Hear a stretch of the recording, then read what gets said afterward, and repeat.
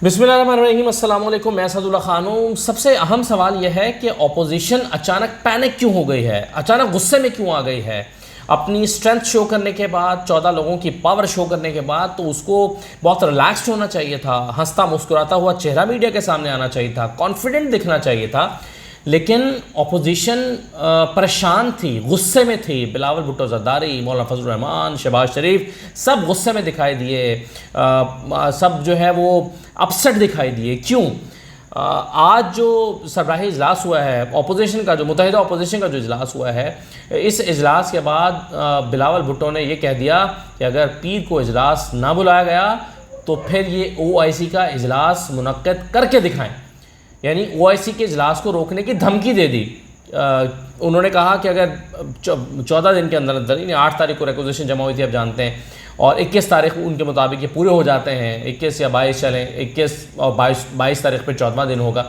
तो अगर 14 दिन के अंदर अंदर आप इजलास नहीं बुलाते तो ये गैर आइनी कदम होगा, और अगर आप गैर आइनी कदम की तरफ जाएंगे तो हम असम्बली के अंदर धरना देकर बैठ जाएंगे, और जब धरना देंगे तो फिर हम देखते हैं कि OIC का इजलास कैसे होता है। सवाल ये पैदा होता है कि OIC का इजलास तहरीक इंसाफ का इजलास नहीं है। OIC का इजलास हुआ है, ये पाकिस्तान का इजलास है, पाकिस्तान के लिए इजलास है। तो ये बिलावल भुट्टो ज़रदारी जो हैं, ये पाकिस्तान मुखालिफ बात क्यों कर रहे हैं? यानी ये OIC का इजलास ना होना, ये तो दुश्मनों का एजेंडा है, ये तो शायद भारत का एजेंडा होगा, ये तो शायद अमेरिका का एजेंडा होगा, ये तो गैर मुल्की ताकतों का एजेंडा होगा कि पाकिस्तान में OIC का इजलास ना हो। लेकिन OIC का इजलास ना होने देना, ये उस एजेंडे को नादानिस्ती, मैं ये नहीं कहता कि बिलावल भुट्टो जानबूझ के गैर मुल्की एजेंडे के साथ मिलकर सर्व कर रहे हैं उसको। मैं ये कहता हूँ कि नादानिस्तगी में आप गैर मुल्की एजेंडे के साथ क्यों मिल गए हैं, या उसको सपोर्ट क्यों करने लगे हैं, या आप गैर दानिस्ता तौर पर जो है वो गैर मुल्की या भारतीय एजेंडे का हिस्सा क्यों बन गए हैं। तो मेरा ख्याल है इन दोनों चीज़ों को अलग अलग रख के देखना चाहिए। बिलावल साहब अब एक मैच्योर पॉलिटिशियन के तौर पर इमर्ज करने की कोशिश कर रहे हैं, बाकी भी सीनियर पॉलिटिशियन उनके साथ खड़े हैं। जब आपने उस वक्त इस बात को रियलाइज़ किया था मौलाना फजल रहमान ने, और कहा था कि जी चूँकि वो हमारे मेहमान हैं, हम उनको कोई नुकसान नहीं पहुँचाने देना चाहते, और उस वक्त जो है उन्होंने कहा था कि हम 23 को नहीं बल्कि 25 तारीख को जमा होना शुरू होंगे, 26 को काफ़िले आएंगे। तो जब मौलाना फजल रहमान ये सब ऐलान कर चुके हैं कि OIC का इजलास जब ख़त्म हो जाएगा तो फिर हम इस्लामाबाद में इकट्ठे होंगे, तो फिर ये अचानक OIC के इजलास की धमकी जो है, उसको रोकने की धमकी क्यों दी? और ये तो नहीं हो सकता कि बिलावल ने अपने तौर पर यह धमकी दे दी हो। मौलाना फजल रहमान और शहबाज शरीफ, इतना बड़ा, यानी इतनी बड़ी स्टोरी जो आज मीडिया की फिर सबसे बड़ी स्टोरी बन गई, ये क्या बिलावल ने अपने तौर पर कह दिया? और जाहिर है इसका फिर रद्द-ए-अमल आया है। इसके सबसे पहले उसी वक्त वो प्रेस कॉन्फ्रेंस कर रहे थे गवर्नर इमरान इस्माइल साहब, उन्होंने किस माई के लाल में हिम्मत है कि वो OIC का इजलास रोक कर दिखाए, ये उन्होंने कहा। उसके थोड़ी देर के बाद में असद उमर साहब का ट्वीट आ गया। उन्होंने कहा कि बिलावल ज़रदारी, हमें ये तो पता था कि आप कभी मुसलमानों और उनके हकूक़ के दिफा में बात करने से डरते हैं, ये कभी नहीं करेंगे, लेकिन इतनी खुली मुस्लिम दुश्मनी के इस्लामिक कॉन्फ्रेंस रोकने की धमकी। कॉन्फ्रेंस तो होगी, मुस्लिम उम्मा की यकजहती का इजहार भी होगा, दुनिया भी देखेगी, रोक सको तो रोक लो, यह बिलावल साहब ने कहा। और भाई शाह महमूद कुरैशी जो हैं, उन्होंने भी कहा, उन्होंने कहा कि मुझे उम्मीद है कि बिलावल आप एक बड़े ख़ानदान के चश्मे चिराग हैं, आप भारतीय एजेंडे का हिस्सा नहीं बनेंगे और आप इस कॉन्फ्रेंस को अंडरमाइन नहीं होने देंगे। तो ये जो है वो एक रद्द-ए-अमल बिलावल की इस गुफ्तगू के फौरी बाद आने लगा। अब इसको मिला के देखा जा रहा है कि जी उस वक्त जो है वो 2014 में जब धरना दिया था PTI ने, तो उस वक्त जब हमने रिक्वेस्ट की थी कि आप ये जो है वो धरना ख़त्म कर दें क्योंकि चाइनीज़ प्रेसिडेंट आ रहे हैं, तो आपने भी तो ख़त्म नहीं किया था। एक तो चाइनीज़ प्रेसिडेंट का दौरा और ये जो OIC का इजलास है, इसमें बहुत फ़र्क है। लेकिन चले मान भी लिया जाए कि उस वक्त PTI ने गलत किया था, और आप कहते हैं कि आप PTI ने गलत किया था, नहीं, अपोजिशन कहती है PTI ने गलत किया, तो फिर आप गलत के जवाब में गलत क्यों कर रहे हैं? तो ये कई सवाल हैं जो अब बिलावल की स्टेटमेंट के बाद फेस करना पड़े। लेकिन इंपॉर्टेंट क्वेश्चन ये है कि ये पैनिक क्यों हुआ है? देखिए, जब आपने अपनी पावर शो कर दी है, अपनी स्ट्रेंथ शो कर दी है, तो आपको किस बात से डर है?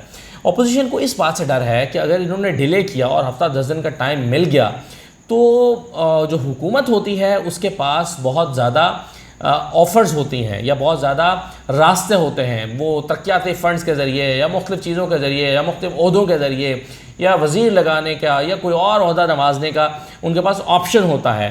तो ये अपोजिशन को शायद ये फ़ील आई है कि हमारे जो लोग हैं यानी जिनको हमने शो कर दिया है ये बिक सकते हैं। वैसे तो मैं समझता हूँ कि ये एक बड़ी कमज़ोर हरकत की है, ये करना चाहिए था शायद 1-2 दिन पहले, जब जो वोटिंग से 2 दिन पहले कर देते तो चले बात समझ आती थी।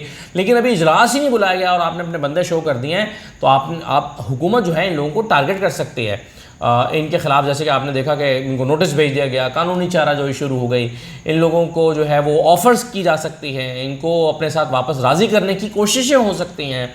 तो ये सब मेरा ख्याल है अपोजिशन एक गलत चाल चल गई है। लेकिन बहरहाल जब आपने ये चाल चल दी है और तो फिर आपको एक खौफ पैदा हो गया है, अपोजिशन को ऐसा लगता है खौफ पैदा हो गया, और खौफ ये पैदा हुआ है कि अगर ये जल्दी ना हुआ और फौरी तौर पर इजलास ना बुलाया गया और जल्द अज जल्द ना किया गया तो ये लोग हमारे हाथ से निकल भी सकते हैं।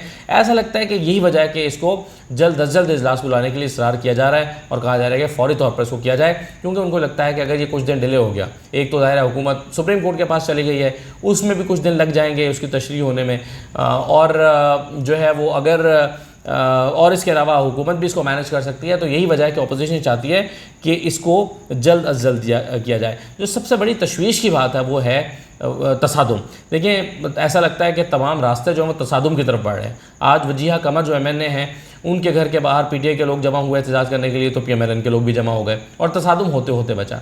इसी तरह से जो 26 और 25-24 के बाद जो सूरत इस्लामाबाद में बनने जा रही है कि एक ही वक्त में लाखों कारकुन PTI के भी होंगे, लाखों या हज़ारों चले कारकुन जो है वो अपोजिशन के भी होंगे, तो ऐसे में एक तसादुम का ख़तरा है। और चौधरी शुजात ने यह बात तो सही कही है खैर कि अगर कोई एक भी बंदा मर गया या मरवा दिया गया किसी की तरफ से तो फिर हालात बहुत कशीदा हो जाएंगे और सूरत हाल जो है वो ख़राब होती चली जाएगी, और ख़राब जो सूरत हाल है उसमें उसको फिर संभालना जो है वो मुश्किल हो जाता है। तो ये तसादुम जो है ये बहरहाल एक ऐसी खौफनाक चीज़ है जिसको अवॉइड करने का कोई ना कोई हल निकाला जाना चाहिए और कोई रास्ता तलाश करना चाहिए। तो बजाय इसके कि इस तसादुम को रोकने के लिए हुकूमत और अपोजिशन दोनों अपना किरदार अदा करें या फिर मुक़्तदरा अपना किरदार अदा करें, ताकतवर हल्के हैं वो अपना किरदार अदा करें, ये दूसरा ये जो है वो OIC के इजलास को निशाने पर ले लिया गया है अपोजिशन की तरफ से, बिलावल साहब की तरफ से, मौलाना की तरफ से, शहबाज शरीफ, ये OIC इजलास को निशाने पर ले लिया गया है। ये तो बहुत ही अनफॉर्चुनेट बात है OIC इजलास को निशाने पर ले लेना। ये पाकिस्तान के लिए इम्पॉर्टेंट है, ये पाकिस्तान के मुस्तकबिल के लिए और इतना बड़ा इवेंट है, दुश्मन को एक आंख नहीं भा रहा, और यहाँ पर जो है हमारी अपोजिशन ही OIC का इजलास देखना नहीं चाहती। ठीक है, आपका हक है अगर गैर आइनी कदम आप समझते हैं कि स्पीकर साहब उठाना जा रहे हैं। वैसे तो खैर मुझे ये बात भी समझ नहीं आई कि अभी स्पीकर ने या किसी ने ये ऐलान नहीं किया कि हम 14 दिन के बाद के अंदर इजलास नहीं बुलाएंगे।